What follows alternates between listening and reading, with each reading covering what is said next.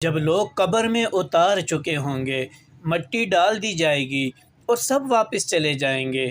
کچھ دیر پہلے تک جو انسانوں کے درمیان میں تھا، اب اندھیرے میں اکیلا ہوگا۔ کوئی دوست نہیں، کوئی خاندان نہیں، کوئی موبائل نہیں، کوئی مدد نہیں، صرف انسان اور اس کے اعمال ہوں گے۔ اچانک خاموشی ٹوٹے گی اور احساس ہوگا کہ اصل زندگی تو اب شروع ہوئی ہے۔ دل کانپنے لگے گا اور انسان سوچے گا کہ کاش میں دنیا میں ایک نماز اور پڑھ لیتا، ایک گناہ اور چھوڑ دیتا، مگر اب واپس جانے کا دروازہ بند ہو چکا ہوگا۔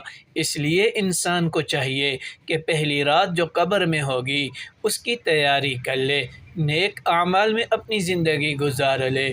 جب تک یہ سانسیں چل رہی ہیں اس دنیا کے اندر، ان سانسوں کی قدر کر لیں۔